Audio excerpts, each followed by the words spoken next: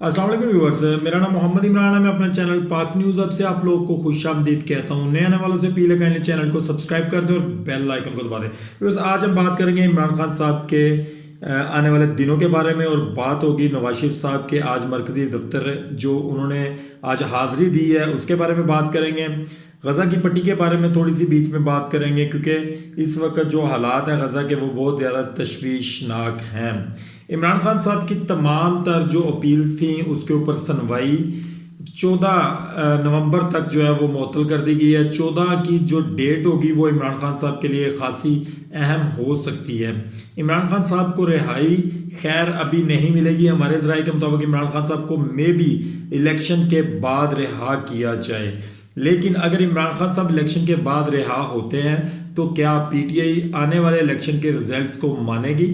PTI के बगैर जो इलेक्शन है उसको एक्सेप्ट किया जाएगा? क्या अवाम इस चीज़ को एक्सेप्ट करेगी कि बगैर बल्ले के निशान के वोटिंग हो जाए और वो अपने नामजद बंदे को जिसको वो वज़ीर आज़म बनाना चाहते हैं और वो इजीली उसको वज़ीर आज़म बना सकें?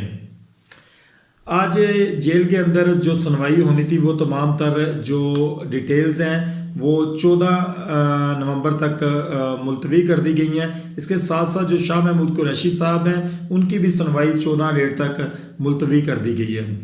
इमरान खान साहब को जेल के अंदर रखकर पाकिस्तान के अंदर इलेक्शन करवाना ये पाकिस्तान को मुस्तहकम नहीं बल्कि पाकिस्तान के हालात को मज़ीद बगाड़ सकता है। इसलिए जो भी फैसला करना होगा हमारे कानून नाफिज करने वाले अदारों को, या तो लेवल प्लेइंग फील्ड हर उस इंसान को दी जाए जो पॉलिटिशियन है, जो इलेक्शन लड़ता है, और वो जिस मर्जी चाहे जमात से इलेक्शन लड़ें, और एक फेयर इलेक्शन पाकिस्तान की इस वक्त डिमांड है। पाकिस्तान में इस वक्त फेयर इलेक्शन की ज़रूरत है।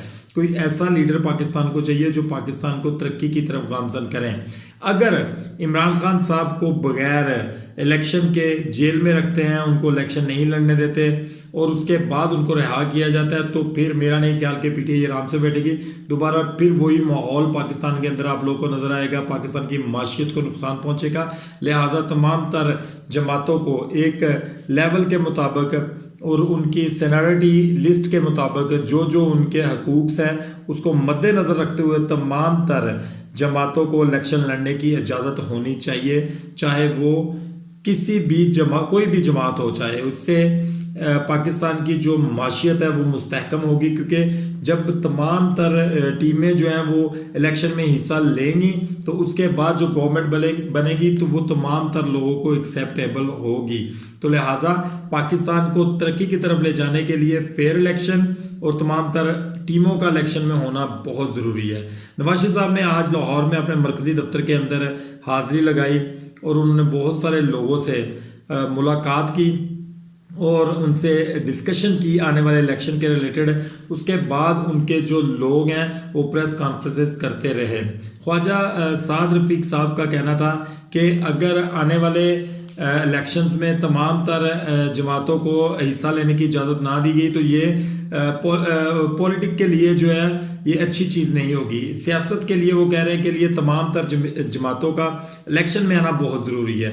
एक सवाल के ऊपर वो नाइड हो गए थोड़ा सा सहाफ़ी के। उन्होंने कहा जी कौन सी डील के तहत, सहाफ़ी ने कहा ख्वाजा साहब को कि कौन सी डील के तहत नवाज शरीफ साहब वापस आए हैं, जिसके ऊपर उन्होंने एक गोल मोल सा जवाब दिया। उन्होंने कहा जी हमारी इतनी ताकत नहीं है कि हम इस तरह का जवाब दे सकें, लेकिन नवाज शरीफ साहब किसी डील के मुताबिक नहीं है, जबकि पूरा पाकिस्तान ये बात बखूबी जानता है कि नवाज शरीफ साहब प्रॉपर एक डील के साथ वापस आए हैं, जैसा कि ये माजी में भी करते हैं। ये जाते हैं, जिला वतन होते हैं, भाग जाते हैं, मेडिसिन लेने के लिए जाते हैं, वापस ये डील के साथ एनआरओ लेकर आते हैं, जिस तरह इस दफ़ा ये वापस आए हैं। लेकिन अवाम इनको एक्सेप्ट नहीं कर रही। आने वाले दिनों में नून लीग के लिए मुश्किलात आ सकती हैं, क्योंकि अवाम उसी लीडर को देखना चाहती है जो अवाम के साथ पाकिस्तान के अंदर खड़ा हो, जो अगर सज़ा भी हो तो पाकिस्तान के अंदर काटे, जो उसके ऊपर मुकदमा तो वो पाकिस्तान में रह के बर्दाश्त करे, जो भी उसके हालात हों, लेकिन वो अपना पाकिस्तान ना छोड़े। मेरा ख्याल है कि अवाम इस दफ़ा उस लीडर के साथ खड़ा होना पसंद करेगी।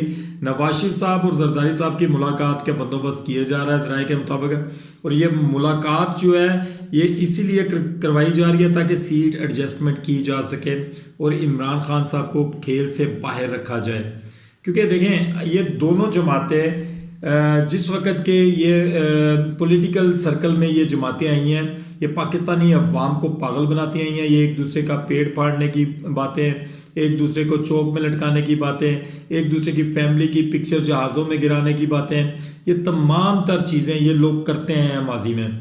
इमरान खान ने एक सच बोला था, वो सच सबसे बेहतरीन सच था। उन्होंने कहा था कि जिस वक्त मैं इन सबको लगाम डालने की कोशिश करूंगा, ये तमाम तर लोग एक पेज पर आ जाएंगे। आपने फिर सब लोगों ने वैसे ही देखा कि पीडीएम की 13 जमातों का एक अंगूरों का गुच्छा इकट्ठा हुआ और इकट्ठा होकर इमरान खान साहब को साइडलाइन लगाने की उन्होंने जद्दोजहद की, जिसके अंदर बहुत से और भी अदारों ने अपना हिस्सा डाला और इमरान खान साहब को साइडलाइन लगा दिया अमेरिका के कहने के ऊपर। जो साइफर आया, साइफर के ऊपर इमरान खान साहब को सजा देने की कोशिश की जा रही है, उनको नाअहल करने की कोशिश की जा रही है, उनके ऊपर पाबंदियां लगाने की कोशिश की जा रही है, या उनको बिल्कुल ही किनारा कशी करने की कोशिश की जा रही है। पाकिस्तानी अवाम अगर अपने हकूक़ के लिए नहीं निकलती और चुप करके बैठ जाती है तो फिर वो दिन दूर नहीं है कि आपके हालात जो है वो बुरे हो जाएंगे। क्योंकि अगर एक इंसान, एक जो पाकिस्तानी है, अगर वो अपने हकूक़ के लिए बाहर नहीं निकलेगा तो फिर कौन किसके लिए बाहर निकलेगा। लिहाजा हम लोगों को ये बात चाहिए कि हम लोग अपने हकूक़ के लिए पाकिस्तान के खातिर बाहर निकलें, अपने बच्चों की खातिर बाहर निकलें, उनके मुस्तकबिल की खातिर बाहर निकलें। तो अगर ये मुलाकात होती है नवाज शरीफ साहब की और जरदारी साहब की, तो ये मुलाकात इतनी ही संजीदा होगी जितनी माजी की इनकी मुलाकातें थी। अपने मतलब के लिए ये लोग मिलेंगे। अभी दोबारा से ये इलेक्शन के दिनों में आप देखिएगा, एक दूसरे के पेट फाड़ेंगे, एक दूसरे के से जो हालात इनके होंगे वो देखने वाले होंगे। लेकिन अवाम अब पागल नहीं है। जब आप एक पेज पर थे तो आपने उस वक्त भी अवाम को चूना लगाने की कोशिश की, अब आप अलग अलग पेज पर होकर भी अवाम को चूना लगाने की कोशिश करेंगे।